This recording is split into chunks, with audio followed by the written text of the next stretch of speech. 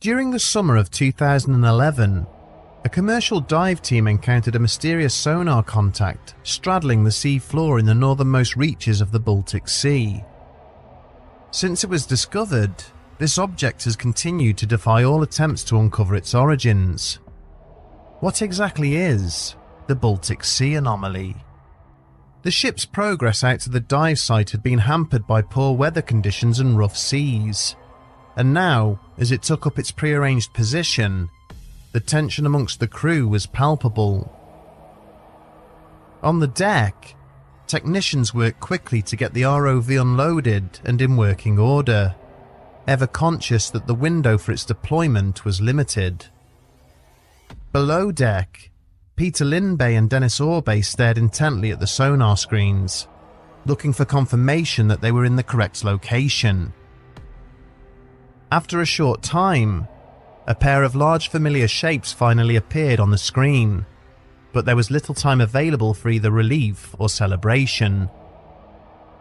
Too much fuel had been expended in getting them to the location, and the approaching storm front suggested they might only get one decent pass over the target. After a few minutes, word came down from the deck crew confirming that the ROV was now in the water. As the operator's screen finally came to life, the members of the Ocean X team crowded around it, in anticipation of the first high-definition video footage of their discovery. A smothering silence fell across the control room, with its occupants each staring intently at the monitor as the depth counter on the side of the display steadily increased. Much as they had expected, the visibility in the waters beneath their vessel was poor, with the twin spotlights mounted at the front of the robotic probe struggling to penetrate the sediment-filled depths through which it was descending. Then, as the readout indicated that the drone had passed the 70-meter mark, things began to clear up. Off in the far distance, the rough outline of something unusual resting upon the sandy seabed came into focus. Its outer lines slowly began to move together, linking to form the outline of a large circular shape. But then, just as the depth counter passed 80 meters, everything went wrong. The readout from the ROV's onboard compass suddenly began to go haywire. At the same instant, the video feed went black. Somewhere, somebody swore, and efforts were immediately directed towards regaining contact with the device. From up on the deck, someone shouted down that the drone's control line was snagged on something, and they could not retrieve it. An eternity seemed to pass. The ROV's controller explained that he could not get an accurate reading from any of its instruments, and that he had no idea what had happened to it. Then, just as suddenly as it had been lost, the feed from the device's camera reappeared on the monitor. There on the screen was the image of what appeared to be a stone staircase, directly in front of the ROV.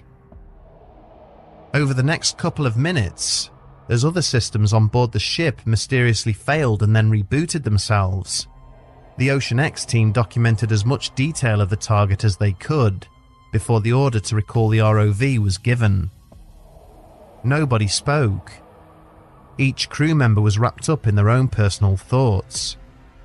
They were still no closer to identifying what it was they had found, and had only further questions to show for their efforts. Ocean X is a Swedish maritime expedition company which first came to public attention in 1992 when they successfully located the long-lost remains of an American B-17 bomber, submerged in the waters off their country's eastern coast.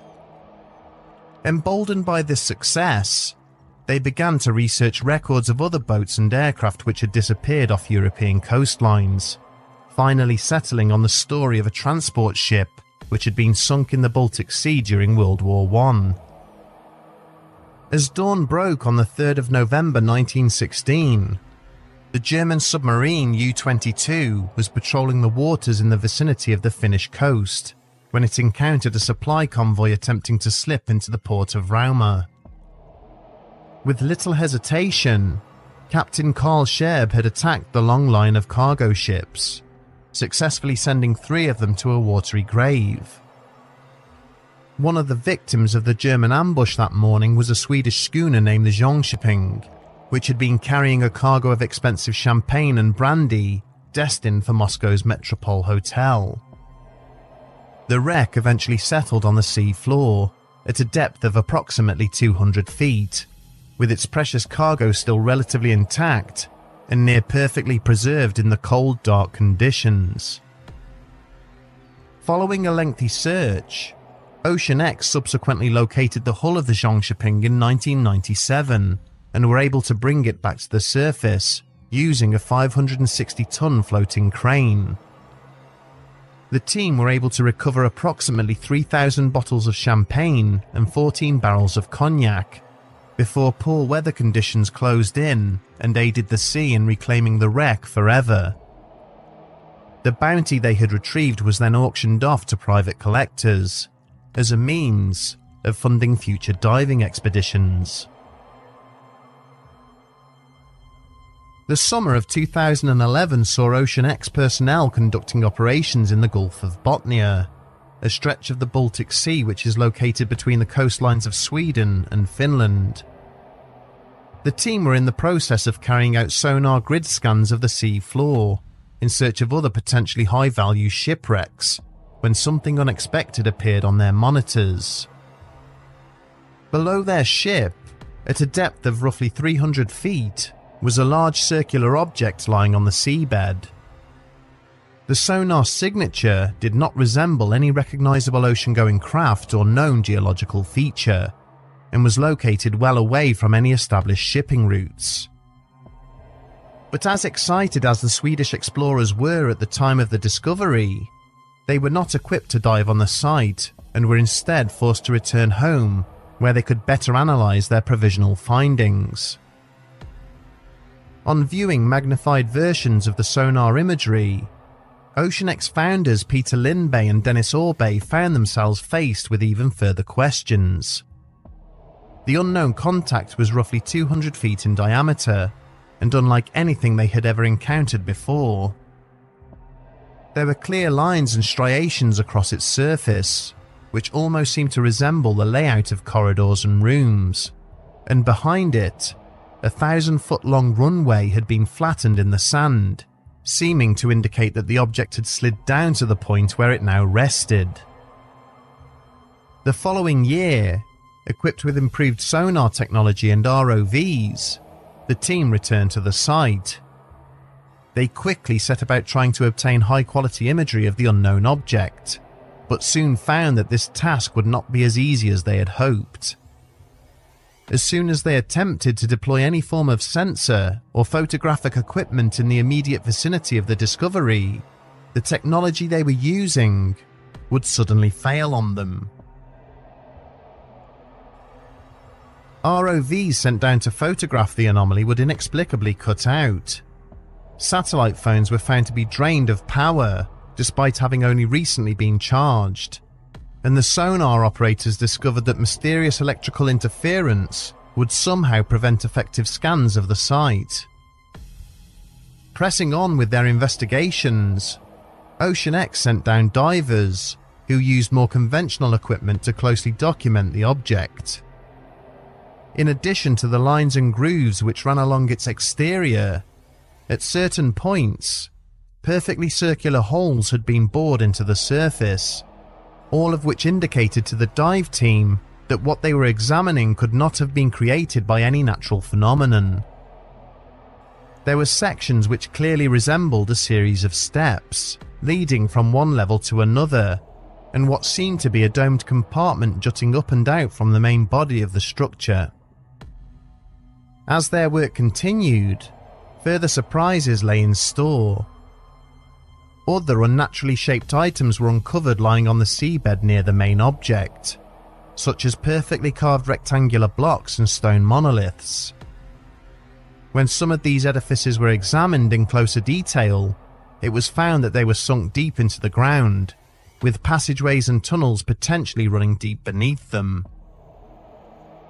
Eventually, having achieved all they could in light of their persistent equipment failures. All that remained was for the Ocean X team to gather samples of the anomalies they had found at the site, and then return to port. When this material was later examined by staff from Stockholm University, the results prompted no small degree of debate due to their basaltic nature, having been found in an area with no known volcanic activity recorded since the Proterozoic era.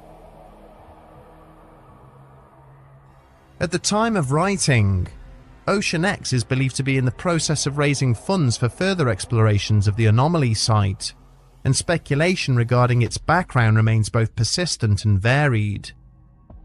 To some observers, the object which the Swedish explorers have found preserved on the seabed is definitive evidence that alien life has previously visited our planet.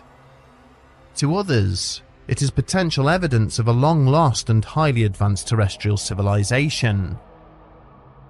It should perhaps come as little surprise that the explanation seized upon by most media outlets is that the anomaly may be the remains of a downed UFO. The fact that it is circular in shape appears to have come sliding down onto the sand centuries ago under some degree of controlled or powered flight, and possesses something which resembles a cockpit atop its superstructure, all conveniently play into such a narrative. But as romantic as the notion is that this ancient UFO came to settle on the seabed after a catastrophic crash landing, the wider detail of the materials which were recovered by the divers largely discredits this. There is no escaping the fact that whatever the object is, it comprises mostly of terrestrial mineral deposits commonly found here on Earth, with no trace of metal anywhere to be found at the site. If we work on the principle that a highly advanced species would probably not have used stone to construct a spacecraft, are we then pushed further towards the idea that this is instead evidence of a secretive human civilization? After all, the anomaly allegedly sits atop buried tunnels and structures, is covered in what could be interpreted as the remnants of walls and staircases, and appears to have been constructed using human building techniques. Is this a temple or other significant structure built by a lost society such as Atlantis? If so, what was the object's intended purpose all those millennia ago? Are we looking at an underwater companion to Stonehenge? Is this perhaps the remains of some interdimensional portal? Such questions might seem only marginally less fringe than those pertaining to extraterrestrial visitors, and in turn lead on to an even more provocative theory.